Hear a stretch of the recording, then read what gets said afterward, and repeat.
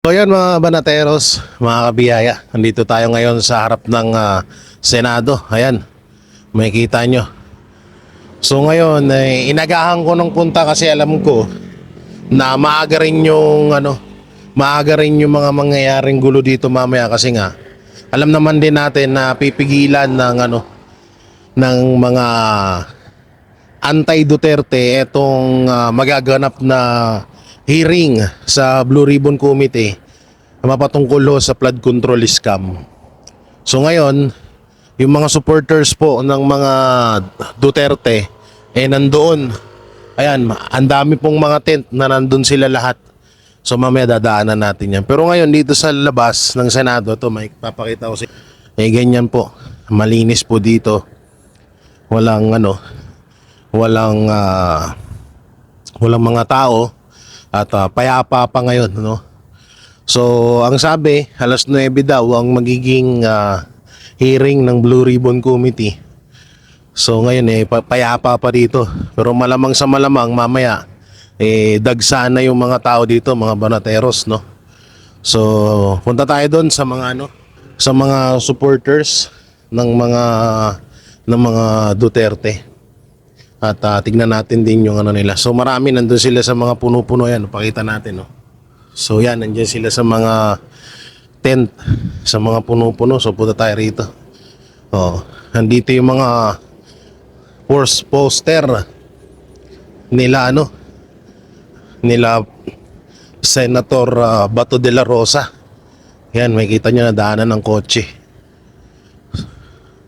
So hindi ko rin alam kung ano ba to. Yan, na-protect Senator Bato de la Rosa. Ito pala yung ibang mga supporters ng Oy, si Pastor. Hi, boss. Good morning. Ano na rito? Ano nang nangyari? Ito, tuloy pa rin ang pagbabantay natin dito sa Senado. Pawak nga. So yan, nandito si tama? Kuya Ben. Kuya Bench. So anong nangyari kanina? Yun nga, nakita natin na panood natin na bumaliktad, lumapit at pumasok si Senator Chis Escudero, ang hudas sa 13. At pilit nilang pinapalitan ng liderato dito sa Senado, pero ganun pa man, labag pa rin sa Constitution yung ginawa nilang pagpalit ng liderato dahil 12 lang sila at hindi nila nabuo yung 13. So, kahit elementary graduate, alam naman natin kung Totoo yan. tama o mali. So, andito ang taong bayan, abangan natin mamaya 100% na dagsa ang ating mga kapatid na Kanina sa live na panood ko, kahit umuulan, puno dito Pag ganun. So ngayon nandiyan sila yung ibang mga supporters. Di kanina rin. O nga pala nung nakaraang araw pala, tama. Nung nakaraang araw. So kanina dami may mga nagpunta na rito ng mga supporters ng mga kaliwa. Alos araw-araw. Nandun yung iba, natutulog, mga pulakan doon sila. At halata naman na tayo dito, pag tayo ang nagtitipon dito, tayo hindi binabantayan ng mga pulis dahil kaparte tayo ng mga pulis sa pagbabantay pag nagrarally yung mga kaliwa. Pero hindi naman sila nanggugulo. Anong ginagawa nila? Kasundo naman namin actually kasi bilang isang Muslim, may marami ako nakikitang mga kapwa kong Muslim dyan na kanina pinagsasabihan ko ng utang na loob kay Duterte kasi nung panahon ni Duterte ay doon lamang namin nakuha yung pagmamahal ng isang presidente na buo. So kanina, Kauna-unahang presidente yan na galing Mindanao. yes, sabi naman ng mga kapatid kong Muslim ay tinanggap lang nila yung pera, pero pagkatapos nila tanggapin yung pera, iuwi din sila agad. So yan mga banateros, nandiyo yung ibang mga At saka kapatid, may mga lumapit kanina sa amin dito na nagsumbong na pilit siyang sinakay sa sasakyan papunta dyan sa rally na hindi niya gusto at binayaran lang siya 500 pero umiyak sa amin dito, nagsumbong sa amin. kanina may napanood ako sa Facebook, di ko alam kung kahapon yun o kanina, na babae na naka-white. So pag naka-white, 'di ba? Ano 'yan? Isa 'yan sa mga kasamahan ng mga pulahan or mga dilawan. Ang sabi niya, hindi niya rin daw alam kasi nga bigla nga daw lang silang hinila. Yes, ganun din ang sumbong kanina dito sa amin na pilit siyang sinakay sa sasakyan, hindi niya alam na sa rally pala siya pupunta. So, alam nyo, mamaya ipopost ko sa Facebook page ko na yung babae nagtataka nga daw bakit inaano daw itong majority, sinusuportahan niya daw itong majority, tapos magugulat daw siya pagdating niya daw dito, tawag dito, kalaban pala ang magiging ganap nila. Yung mga Itong mapagmalaki ko naman sa ating mga kasamahan ay ito ay tunay na maka-Pilipino kasi halata naman na kami dito ni Singkong Luling, hindi kami binabayaran ng kung sino mang politiko dahil ang pinaglalaban namin dito, demokrasya at kalayaan ng ating bayan laban sa nanggigipit na administrasyon ngayon. So, ano po yung simula po nung nagkagulo nung 11. kay Senator Bato. Yes, until now. Andito na po sila hanggang ngayon. So, grabe, talagang masasabi niyo. Ito talaga yung masasabing wala talagang walang, alam mo yun, yung, kasi kung, ayun, organic, kasi kung katulad niya, yung sa iba, tingnan mo, nakikita nyo naman sa mga video namin, katulad nung inaresto si Senator, aaresto yung Senator Bato de la Rosa, di ba? Pagtapos pumunta rito, bigla na nag-aalisan. Pero itong Duterte supporters, talagang dito lang, simulat sa pool na nagkakagulo. So ngayon, mamaya magiging handa tayo kasi nga itutuloy ni Senate President Alan Peter Cayetano yung Blue Ribbon hearing. Expected po natin mamaya kapatid, based sa aming pagsusurvey, ay mapupuno natin to mula doon sa Amazing Show hanggang doon sa tulay. Ay, grabe. So, yan, para mapakita natin yung galit at puot ng mga ordinaryong Pilipino na naghihirapan na sa nangyayaring panggigipit ng administrasyong ito.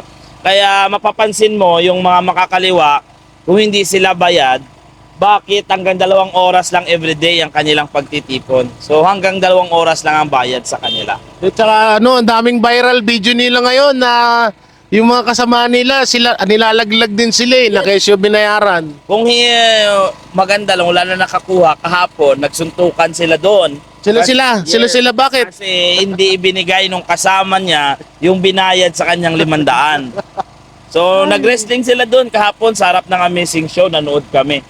Dahil nagkaunsehan doon sa bayaran. So sila na rin pala nag-aaway-aaway dito, no? Yung mga supporters ng mga dilawan, mga pinklawan, tsaka pulangaw kung tawagin. Tawag ko kasi dyan sa pulahan, mga pulangaw. Yun, no? So yan si brother Bench na ngayon makikita natin, ganun mo Bin, yung mga kasamahan din natin na Duterte supporters. Buti ka mo ngayon may tent, no? At may permit naman po.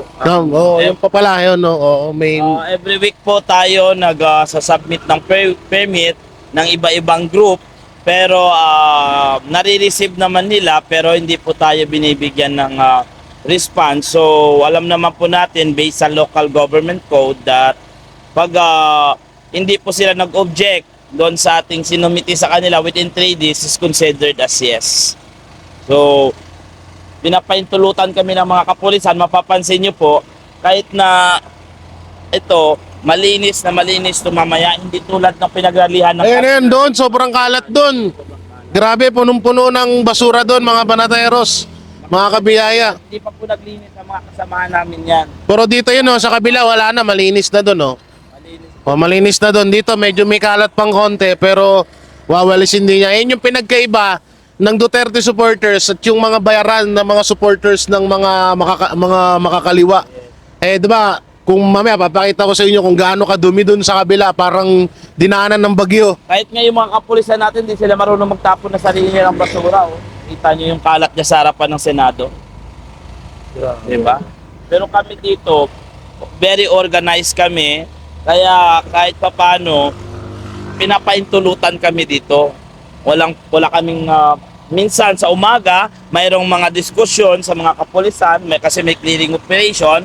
Pero ang usapan namin palagi give and take lang. Papayag kami, pero make it sure na before 3 p.m. may balik namin lahat ng gamit namin kasi mag-uumpisa ang programa namin. Brother, baka may gusto ko sabihin sa mga kababayan natin, i-upload ko to ngayon mismo. Sa ating mga kababayan na nagmamahal sa ating inang bayan, wag na po nating hantayin na lumugmok ang ating bayan. Habang may panahon pa, pumunta kayo dito, makiisa kayo, sabay-sabay nating harapin ang problema ng bayan natin. Sama-sama tayo, magkaisa, magmahalan bilang Pilipino. Pumunta po kayo dito sa harapan ng Senado at tapusin natin ang laban na to na magkasama tayo. Yun, no? So yun, maraming salamat kay Brother Bench. Isa po rin po sa kapatid natin ng mga Islam, mga Muslim. So may mga nababalitaan tayo through social media. Hindi ko lang alam kung totoo, pero sana nga etong mga kapatid nating ibang mga kapatid natin ibang mga Muslim nanggagalaiti na sa nangyayari kasi talagang pinapamukha po sa atin ng Senado, lalong-lalo na ng minority, na ayaw talaga nilang pag-usapan yung issue sa flood control scam. So ngayon hindi naman po pwede 'yun, 'di ba? So ang tanging hangarin lang naman ng majority ng kampo ni Senator Alan Peter Cayetano mapag-usapan yung issue sa flood control at mapanagot talaga kung sino yung dapat panagutin. Kasi nung si Senator Soto at Lacson yung mag-boyfriend, magkaibigan na lalaki, talagang iniwasan talaga nila etong issue sa flood control scam. Oh. Mga na kayo, ng almusal, kape, ganun. Wala pa, mamaya pa. Oh, sige. Mayroon tayong initial ngayon na Doon meron yung kape, di ba? meron tayo mamaya, may initial tayong darating na 5 bus 5 bus. Oh, galing Nueva Ecija. yun oh. So talagang yung mga nandun nga, kasi bago kami pumunta rito, hindi pa kami kumakain, galing kami sa bahay. Sabi nila, nagpe-prepare sila doon kasi talagang balita nila na halos mapupuno daw talaga to. Yes. Etong etong daanan na to. May isang religious group tayo na nanindigan para protektahan ng ating doseng senador. Yun. Mukhang sana nga dito na to magtapos. Kasi sobra na tong nangyayari sa bayan natin, no. So yun, mamaya ulit mga banateros, mga kabiyaya. So yun mga banateros, no. At yun, salamat kay Brother Besh, di ko tukoy kung ano yung tamang bigkas, pero isa po yan sa mga kapatid nating Muslim at isa sa mga Duterte supporters na talagang hindi umalis dito sa Senado. So ngayon may nabalitaan po ako na merong grupo or tao na pupunta dito mamaya na talagang hindi inaasahan. So kapag gano'n na sinabi na hindi inaasahan na pupunta dito sa Senado para suportahan ng mga senador na patuloy na ginigipit ng Administrasyong Marcos, papasok agad sa isip natin baka si Vice President Sara Duterte na ito, no, etong pupunta dito sa Senado. So sana nga, at baka ito na rin yung time para tapusin na etong paghihirap ng bawat Pilipino dahil dito sa Administrasyong Marcos, dahil dito sa pagiging kawatan or pagdami ng mga magnanakaw, mga buhaya na kumakamkam sa pera ng taong bayan. So grabe, no, mamaya daw mapupuno daw etong kalsada na ito. At dahil may mga darating, hindi ko alam kung sino tong mga ito ba ay relihiyon, wala naman din sinabi sa atin, pero may mga darating na nasusuporta dito sa mga senador. So ngayon payapa pa dito ngayon, wala pang nangyayaring pag-rally or pagkilos at nagpapahinga pa din yung mga supporters ng mga Duterte. Yung mga supporters naman po ng mga makakaliwa at mga pulangaw nandun ho sa dulo, doon sa taas. So nandun ho lahat, doon din natutulog. At yung iba naman kada 2 hours lang daw, yan, nakita naman natin sa interview natin, 2 hours lang daw ang tinatagal sa rally, tapos aalis din agad. So ibig sabihin, parang siguro yun ang usapan sa kontrata nila, kasi alam naman natin na mga bayaran niyang mga sinasama nila dito, no? So iilan lang talaga yung lehitimong katulad yan, napapanood na natin sa iba't ibang social media na binabayaran sila na hindi nga nila alam, no? Hindi nila alam na dito pala sila pupunta, dito sila dadalhin. Meron nga kanina, diba, sinabi na sa interview, sabi ni brother, may umiiyak na supporters ng mga makakaliwa dahil hindi niya daw alam na dito pala siya dadalhin, at nagkasakitan daw, no? Nagkasakitan daw itong mga supporters ng mga ng mga tawag dito, ng mga supporters ng mga makakaliwa. Ito yung mga dilawan, pinklawan at mga loyalista or tinatawag na pulangaw, no? Sila na nagkakasakitan. Siguro hindi nagkaayos sa bigayan, sa pera, sa pasahod sa kanila, kaya siguro nag-aaway-away na lang. So hindi tayo uuwi, bali dumating po kami dito alas 3 ng madaling araw. So hanggang mamaya na ho tayo. May mga baon naman na tayong damit. At pag hindi maaga natapos etong gulo sa Senado, ay baka hanggang mamayang gabi ho tayo dito, dito sa Senado para ma-cover natin etong kaganapan dito. Pero ang tanong, sino ba etong nabalitaan natin na hindi inaasahang dadalo dito at susuporta sa sa mga senador sa kampo ni Senate President Alan Peter Cayetano? So ako, may hula agad ako na baka hindi kaya si Senator Bato de la Rosa, hindi kaya si Vice President Sara Duterte, or hindi kaya ang MILF, or yung mga nagising na kaya yung mga kasundaluhan at susuportahan nila ngayon yung mga senador na na pupunta rito mamaya para imbestigahan na etong matagal na nating inaantay na imbestigahan itong issue sa flood control scam. So mamaya natin yan malalaman, kaya antabay lang po kayo dito sa channel natin para dito na lang ho kayo manood. At kung mas maganda nga, kagaya na sinabi ni brother, magpunta na rin ho kayo dito, no? Magano na rin kayo dito. Makisama na rin kayo dito. Ang mga Duterte supporters po, po yan, mapayapa naman po yan mag-rally, hindi katulad nung kabila na mapanakit or nananakit, 'di ba? So kami po mapayapa, at yung iba naman din nahatak lang din talaga. At hindi nga nila alam kung ano talaga yung gagawin nila dito. So mga banateros, mamaya abangan niyo yung video natin at sino ba to etong pupunta rito na kilalang personalidad na hindi inaasahan na susuporta sa kampo ni Senator Alan Peter Cayetano. Yan ang Banateros, walang inuurungan.